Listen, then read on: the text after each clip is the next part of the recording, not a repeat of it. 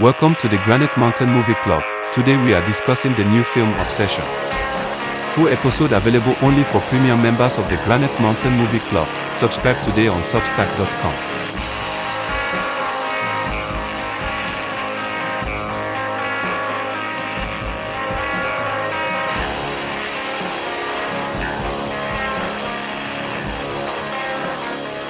All right, welcome everyone.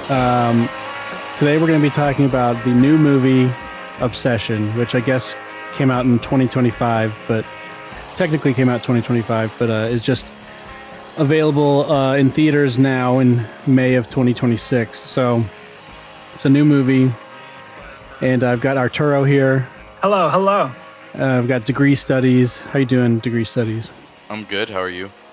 And given the nature of this film, this is a horror film. Thought it'd be appropriate to have Obesegoth on the show. How are you doing, Obesegoth? It took long enough to invite me back.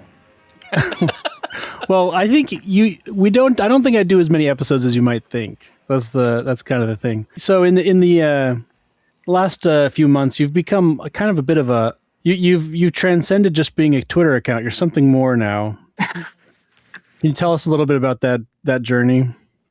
Me?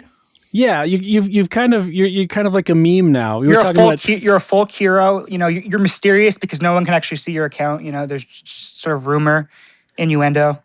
Yeah, I think I've come to represent a lot of every trend that right Twitter hates in film, and a lot of people who don't follow my account, and because they don't follow me, they only listen sporadically to my spaces. They're mostly going off of what other people post about me. So I have all these people, whenever there's a black woman in a movie or really anything in any movie that anybody thinks is woke or disagrees with or whatever, there's just a sea of this is Obesegoth's fault, or Obesegoth wants this, or kind of posts that are coming in from people who don't even follow me. So it's kind of funny. I like it, and I've been trying to antagonize people a little bit more, I guess, in Night Owls and stuff. So I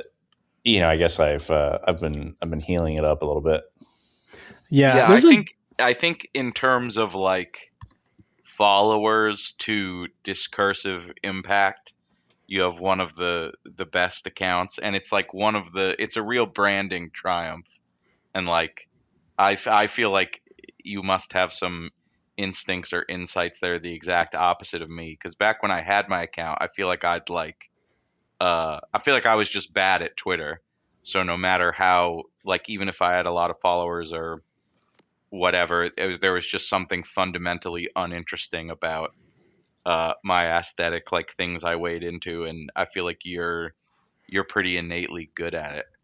You just gotta watch a bunch of pro wrestling and just watch how the bad guys, when given a microphone, will just try to rile up a crowd, and just basically do that in your whenever you get 30 seconds on Night Owls. Just be like, how can I get people to hate me? I'm gonna come on here and just call Hunter Schafer hot or something, and then the crowd will start booing and throwing stuff, and I'll just kind of egg it on a little bit, and I'll, Yeah, so. I think I agree with you, but I think it has to be in your niche. You sort of do that about movies. I think there are people who think that the whole platform is just being just be a heel, and it is good for metrics, but then they become boring. For example, I think Hanania sort of represents the principles that you just espoused, but he does it so broadly on every issue that it becomes boring and unappealing again. Yeah, but you can't overdo it, because then it just becomes you become a cartoon character. Yeah. And it becomes too obvious that you're just trying to be a contrarian. Whereas if you're basically normal in some areas, and you just have your narrow area where you just try to rile people up, I think it gets a better response because they interpret it as more sincere. and also it will get people to not block you. Whereas if you were just like a pure contrarian, I think a lot of people just have kind of like checked out of Hanania. It helps Yeah, to that have makes sense. an early hater that beats the drum even when you're not around. It keeps you in the news cycle. Yeah, you have to. Yeah, you got to have a couple of like Ted is doing a lot of work for my PR, and Yoshi too, and no, it's like honestly, it's like running game on women, because it's like when I'm running game on the females in our group chat, like you have to be like mean to them, but then you like mix it up and you be nice to them. And it's like when I'm saying with like Yoshi, right? I'll like be in fights with him, but then we'll talk friendly about like pro wrestling or some area where we agree on stuff. And I'll do the same with the Night Owls audience. I'll antagonize them, and then I'll do like a bit where I'm just talking about like right wing politics stuff, and then Ted will be like, "Oh, like Obesegoth," because you can search. He's like, he can be a good speaker when he's not talking about movies.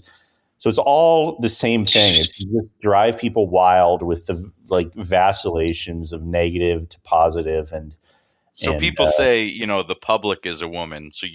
But what you're suggesting is that the timeline is also a woman. yeah, Definitely. it's all women. Yeah, I do know. I think of myself as like a lover and not a fighter, and that's part of why I'm bad at Twitter. But I have had a few times, like the most affirming thing that happened to me on Twitter is like 2 different times an account I didn't know showed up in my mentions just being like, "Oh yeah, I've followed this guy forever. I never weigh in, but he's so uniquely retarded. He's like a millennial irony poster, but he's right wing for no reason, but he's like really retarded and a pussy."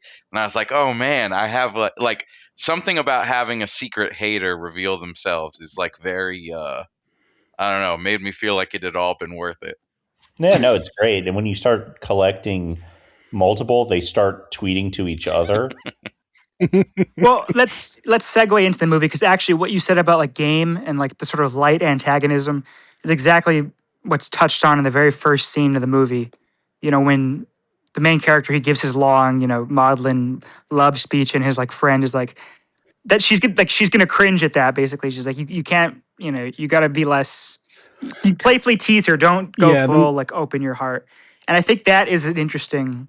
It's interesting that we started off like that, because that is one of the main, I guess, lessons of the movie, and we can get into the plot more specifically. But yeah, just called her a stupid bitch and just been like nagging her and wearing a big fuzzy hat, and then we wouldn't have had to deal with the whole one wish Willow thing. Yeah, exactly. I mean, literally. If he had just wished for like a really big fuzzy hat instead, it would have accomplished everything he wanted with none of the negatives. Who wants to take a stab at summarizing this movie? Well, I mean, we don't have to go like plot beat by plot beat, but I feel like the synopsis is pretty simple. You got a main character. He's in love with this girl, but he's too much of a pussy to tell her about, to be honest with her about it. So he ends up procuring this like novelty toy. It's a one wish Willow, which claims that you can get one wish and it'll come true. And after he fails to confess his love to her one night, he breaks it in half and says, "I wish she loved me more than anyone in the world." And well, it comes true, and she basically becomes demonically possessed. Although they're never really explicit on the mechanism, into being some sort of waif figure that is that loves him more than anything and terrorizes him, and and it goes downhill from there. I mean, so I think this movie is like a 9 out of 10 or 10 out of 10 premise. It's a very easy premise. Like, I mean, I won't give it a 10 because it's just like a monkey's paw movie. And okay, yeah. Well, I wanted to get into that. Is it a unique enough iteration of the monkey's paw thing to like existence? Warrant the hype? I think the premise is like fine for a horror movie. I think it does a lot of good stuff with it, which is what makes the writing good. Not that like the core. I would not be shocked if you told me there was like a fucking Goosebumps episode or something with this premise. You know what I mean? Yeah, I mean, he specifically said that I he was was- inspired by The Simpsons, Monkey's Paw, like Treehouse of Horror. So yeah, I mean, it's not like the most original premise, but I mean, I think it's the perfect amount of like from the very first teaser trailer I saw, I was in, and like it's very easy to get what the premise to get the premise across almost instantly, and I think that's important for if you're starting out as like a horror director, really any director, but I mean, it just later like Weapons has like a twisty plot. But like you have to make simpler movies before that, right? You have to start off simpler. To me, like, and I'm sure we'll talk a lot about comparing this guy to Zach Krager because they both have similar backgrounds. Zach Krager's a lot smarter because he's a millennial, but he's a lot funnier too. But like to me, the Krager movies, those are 10 out of 10 premises. The first premise being, what if you showed up at an Airbnb and another guy showed up at the same time? Like that's just that is original. It's du jour. There's something inherently sort of creepy about it. And the other premise of like, what if all the kids in a school class of kindergartners just like got up and ran out? That's also like, creepy and original, and you can't think of anything like it. This is just like a monkey's paw premise done real well. I want to just expound a little on the premise because I think I agree with Granite that I think the premise is really excellent, and I'm not as much of a cinephile as you guys, so you can correct me. But when I think about Monkey's Paw as a premise, or like the original version of this being like a genie wish, right? Like in the old stories about genies, it's like you ask for something and there's some aspect of it you don't anticipate that turns it into hell. And I can think of movies I've seen where love curdling was sort of a aspect of a broader monkey paw, but not. I can't think of a movie or a TV episode where the entire thing was focused on like just exploring love specifically as the thing that maybe if you get it or you get it in a certain way, it's like immediately horrifying. And I think to me, that's much more evocative than the monkey paw generally, because the monkey paw idea overall, it's like, oh, I want to be rich. Well, there's stresses that come with being rich you don't realize. But like, I think with love, there's a lot more interesting psychological ground to sort of explore. And so I actually sort of think the idea is great and it under executed, but we can talk about that later. But the thing I kept thinking about, Granite and Arturo, I always mention this kid Billy who I grew up with, and I want to get on this podcast one day as our house libtard, but he loves Lacan, and Lacan has this phrase, love is giving something you don't have to someone who doesn't want it. And I think there's a lot of ways to look at that, but one of the ways to look at that, I was like thinking about it through the whole movie, but one of the ways to think about it is like, if anyone was actually in love in the way we describe love, like that would be horrifying, because having another person completely devoted to you is actually like stifling. A person who makes their life completely subordinate to yours is like immediately a terrible imposition and something that people can't handle. But the good news is, like, human beings don't actually offer that to each other. They just pretend to, or offer a percentage of that. So like, despite that the person doesn't want it. So I thought it was like, I like the phrase you use, Grant. I think it's like a 10 out of 10 premise to just explore that thing. Like the other phrase that was in my head is like the Moid who caught the Foid, as the version of like the dog who caught the car. Like, sort of. So yeah. I was excited when I started it, but I sort of got the vibe pretty soon that I ultimately wasn't going to be that interested in it. But well, okay, so this I'll bring up the premise because this movie is doing really well in financially, and like in a historical sense. Apparently, it's like the first movie in 30 years to like, I don't know, make a certain jump up in its second week. Like it made like what 39% more or something like that in its second week. And it's what's it on pace for now? It's like over 50 million. The It's like Wikipedia 60, page right now 70, says something like that. 82. Um, Wow. Yeah. So it's cost less than $1 million and it's over 80 now. And it I mean, I looks know really that I think good they for ended that up. budget. Like it looks to me, to my layperson eyes, it looks like it has the production value of any horror movie I'd see in theaters. Like yeah, I mean, if I sort of squint around the edges, I can see how like Barbarian or Weapons like definitely cost more. But yeah, it's kind of astonishing for that low of a price point. I mean, Yeah, it's five locations. I think basically just 5 actors, and then that one scene has a couple extras. And it's actually very interesting listening to an interview with the director. He's talking. So there's that scene at the party when they go to a party and the girl's acting really weird, but he's talking about shooting that party scene because he's like his first. He's a Yeah. YouTuber, right? He's like a first time making a real feature, and he's talking about that party scene like it was like the docking scene in Interstellar. He's like, that was so hard. That took like multiple days and like just getting the coverage for all the people. And it's like, that's the most complex thing in the movie is just like this scene with like 9 yeah, people. on the Wikipedia page, it says the production had to forego reshoots of the party scene because the house they filmed it in burned down in the Los Angeles fires, which is a crazy anecdote. Yeah. Yeah, That's good lore for the movie. Vote for Pratt. But why do you guys think this movie is like taking off the way it is? Why is it resonating? I mean, Well, I think we relate to the premise. Women and men can appreciate it differently. Women are all talking about how it's like a rape thing. And like, Yeah. the thing is, it's like, I guess that's a valid reading, but really it doesn't let you really, that's only really relevant to a very small percent of the movie.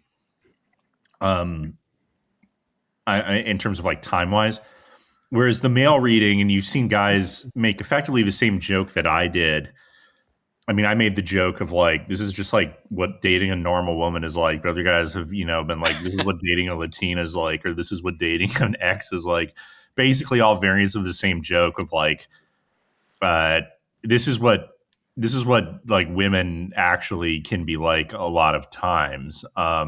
And so it's like, I think there is women like can be legitimately insane, and a lot of like quasi like female abuse of men is not discussed and whatnot. So I think men can find something extremely relatable in this, because this is like the one time you're allowed to show what essentially like an abusive relationship is, where like a woman is abusing the man, but that's okay because it's couched in this like rape thing where it's, oh, actually she's the victim.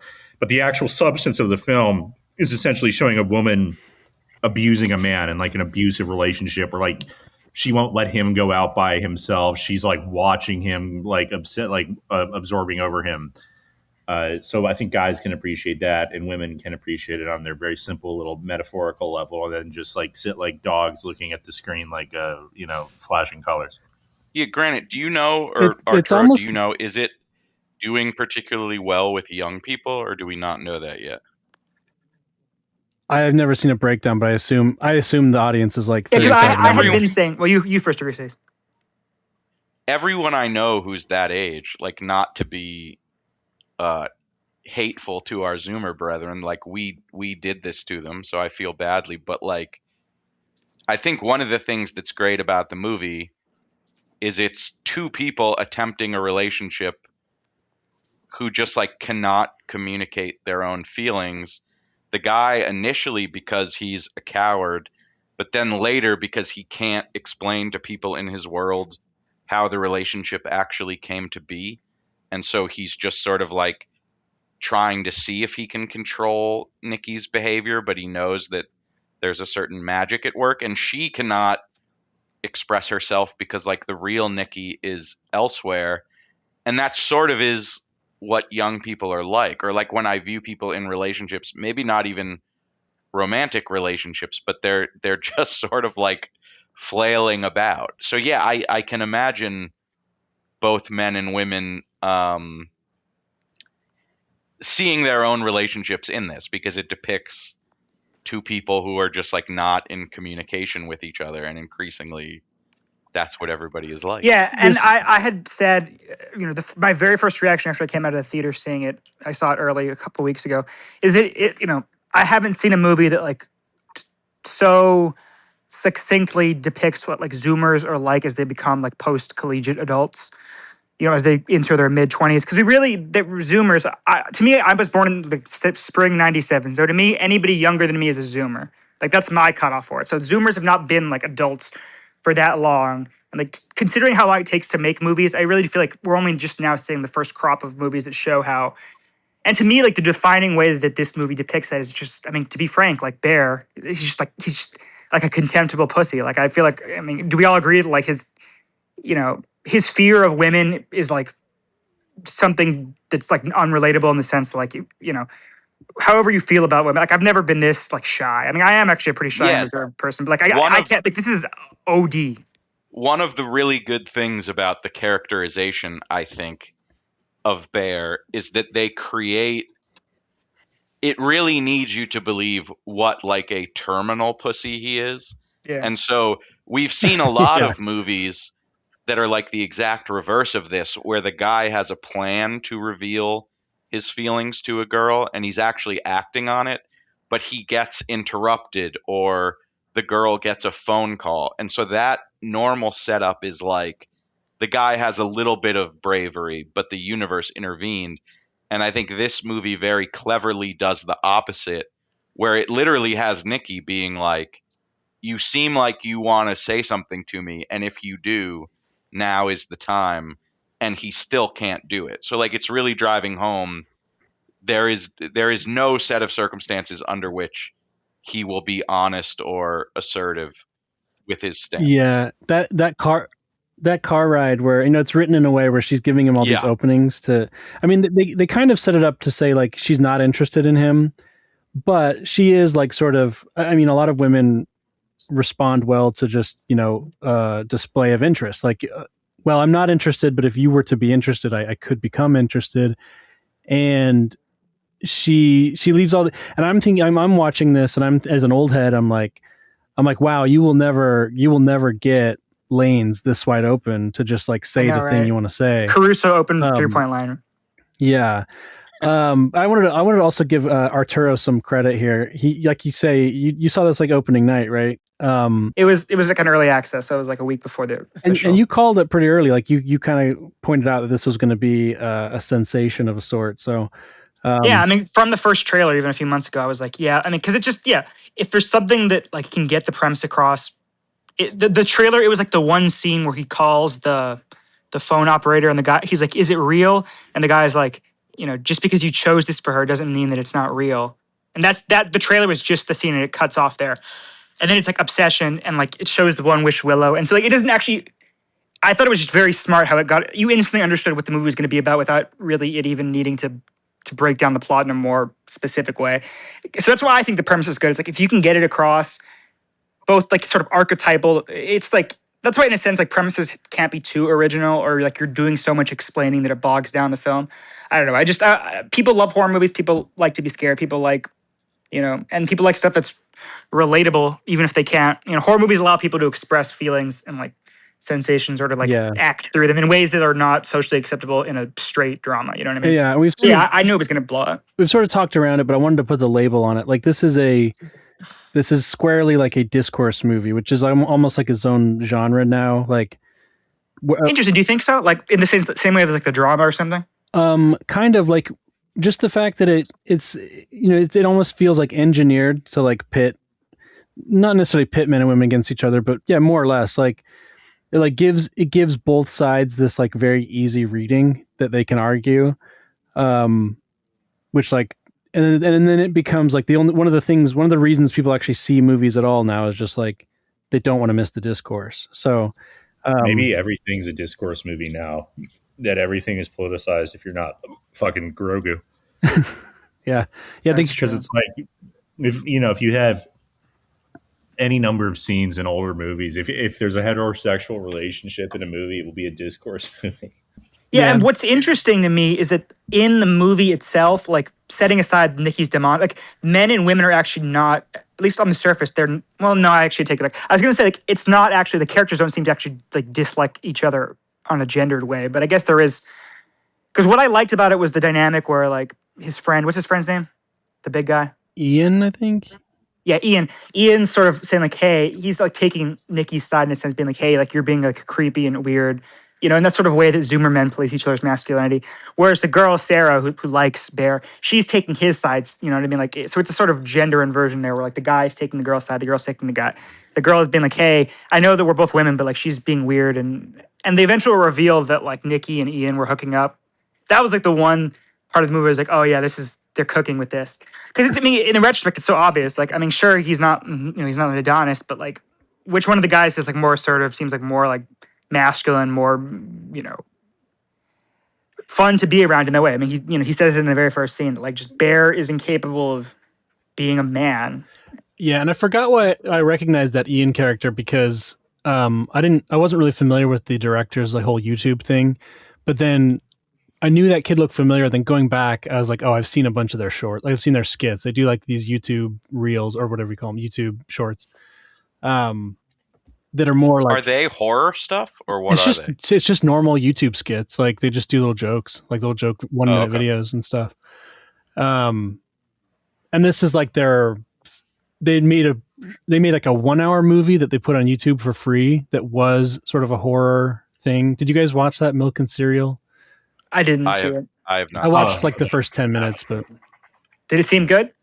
it's pretty inventive. I don't know if it's that inventive, but it's interesting. Kind of drags, but the first 10 minutes were good. Yeah, the parts I was watching seemed okay, but on this topic, we can move on after this. But I wanted to round out one part about this, like why is the movie succeeding? And I think this girl, this actress, like I think she's going to do pretty well. I don't want to call her a sensation, but she's got like an X factor that I think is gonna endure. Yeah, no, I agree. I mean, her performance is pretty great. I mean, she's good. I didn't like. I wasn't as like blown away by it as some people. I think she was good, and she does have huge tits, and that'll take you pretty far. Yeah. I mean, yeah, she has just the right amount of sort of ethnic ambiguity. That's that's important too these days. I mean, yeah, no, I agree. It's like some people were gassing the performance up a little too much, but I mean, she did exactly what the movie needed to do. Like, if it wasn't for her being crazy but still attractive the whole way, even as she becomes uglified and stuff later, it wouldn't work. So I do think that. Well, she also has that, like, I went on her Instagram and stuff. She has like that Sydney Sweeney thing where she she's not doing the thing that like so many other female stars do, where she seems to like not want the attention. She seems like very comfortable and open with the attention, like, and happy to have it, which I think will be interpreted well by people. I think she's gonna. She's got that dog in her. I definitely think it's important to the movie. I mean, maybe people in movies are so good looking this would always happen, but like it's important, at least in the first third or the middle of the movie, that she be hot enough that even as it's it's getting really bad, that at least if you're like a male audience member, you're sort of like regularly checking in with yourself, like, would this be worth it, or like, would I put up with this to have sex with that person? And like, if they're not really hot, I think that animating question, like, the longer you can keep that alive, the like maybe this would partially be worth it. Well, two question, things. like, I mean, the better for the movie, that is. I did like that. I mean, the guy honestly is pretty good looking, but I liked how much like fucking oil they put in his hair just to make him look like slimy and greasy in the end of the movie. But you bring up an interesting thing, which is what I liked about the movie, which is when I was watching it, At first I thought they were making it too obvious. This concludes the free preview. For full access to this and other episodes, visit the Granite Mountain Movie Club Substack. Thanks for listening.